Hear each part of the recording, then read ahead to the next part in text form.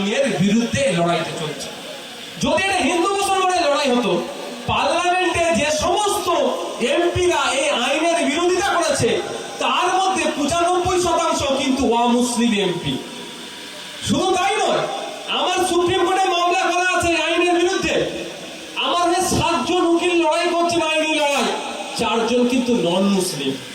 যদি হিন্দু মুসলমানের এই সমস্যা হতো তাহলে আমার পক্ষ কেন নিত তারা? এই চিন্তাটা আমার মাথায় ঢুকিয়ে দিয়েছে। তার আগে একটু আসা যাক, আমার কিছু সংখ্যাগরিষ্ঠ সমাজের মানুষকে ভুল বুঝানো হচ্ছে, বলা হচ্ছে ওয়াকফ বোর্ড নাকি যেখানেই দাঁড়াবে সেটা ওয়াকফ বোর্ডের হয়ে যাবে।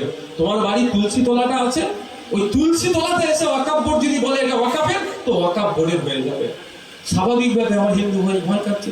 তোমাদের পাড়ার যে মন্দিরটা আছে, ওয়াকফ বোর্ড যদি বলে এই মন্দিরটা ওয়াকফ বোর্ডের, বলছে ওয়াকফ বোর্ডের হয়ে যাবে।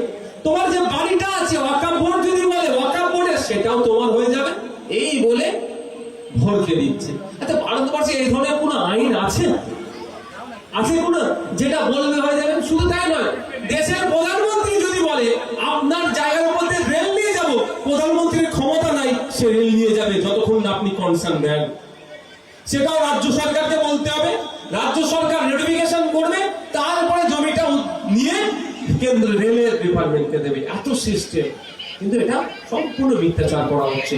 তার আমি একটা উদাহরণ দিলে আপনারা সহজে বুঝতে পারবেন কিভাবে ওয়াকফ বোর্ডের মিথ্যাচার করা হচ্ছে।